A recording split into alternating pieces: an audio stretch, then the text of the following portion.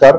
आपण जर बघितलं असेल की मागच्या एक आठवड्यापासून प्रत्येक महाराष्ट्रावरच आणि विशेषतः कोकण पट्टीला पावसाचा इशारा होता, ऑरेंज अलर्ट होते आणि रात्रीपासून खरं पावसाला जोर वाढला. नवी मुंबईचे जे 8 वार्ड आहे त्याच्यापैकी बेलापूर आणि नेरूळ या भागामध्ये पावसाचा जोर जास्त आहे.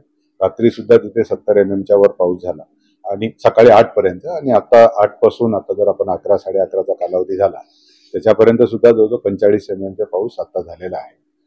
कुठेही वॉटर लॉगिंग नाही आहेत. मी कारण शहरामध्ये जवळजवळ आपण 1250च्या वर कॅमेरे जे आपण ठिकाणं आहेत, चौक आहेत, जिथे आपले अंडरपासेस आहेत, नंतर रेल्वे स्टेशनचे जे काही ठिकाणं आहेत त्या सगळ्या ठिकाणी मी पाहणी केली आज याच्यामार्फत आणि वॉर्ड ऑफिसला सुद्धा जे कंट्रोल रूम आहे त्यांच्याशी संपर्क साधला. हॉस्पिटलचे जे डॉक्टर्स आहेत, UPSCs आहेत, तिथे सध्या सगळे व्यवस्थित OPD सुरू आहेत. कुठेही हॉस्पिटलमध्ये अडचण नाही.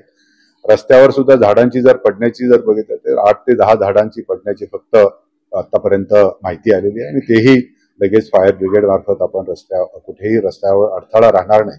आणि शहर आज जर बघितलं असेल तरी पाऊस जरी असला तरी शहर अत्यंत सुरक्षित आहे. सगळी यंत्रणा आपली सगळ्या क्षेत्रीय स्तरावर काम करतात.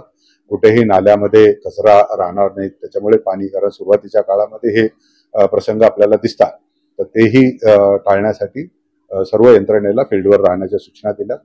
पुढचे 12 ते 4 आपण जर बघितलं तर आपल्याकडे मोठी भरतीची आता सुद्धा हे आहे, सूचना आहेत आणि या काळामध्ये सुद्धा कुठेही आपण कोस्टल सागरी शहर असल्यामुळे कुठेतरी समुद्राचं पाणी येऊन आपल्याला पुन्हा शहरामध्ये पाण्याचा आपण जास्त साचण्याचं प्रमाण होतं, ते टाळण्यासाठी सुद्धा आपण सगळीकडे फ्लॅपगेट सगळीकडे लावलेले आहेत. त्याच्यामुळे जे पाणी मध्ये येणार नाही त्याची व्यवस्था केलेली आहे आणि जे आपले होल्डिंग पॉइंट आहेत ते सुद्धा व्यवस्थित राहून त्याच्यामध्ये कुठे अडथळा येणार नाही त्याच्या सर्वांना सूचना दिल्यात आणि शहर सुरक्षित राहील अशी मला खात्री आहे.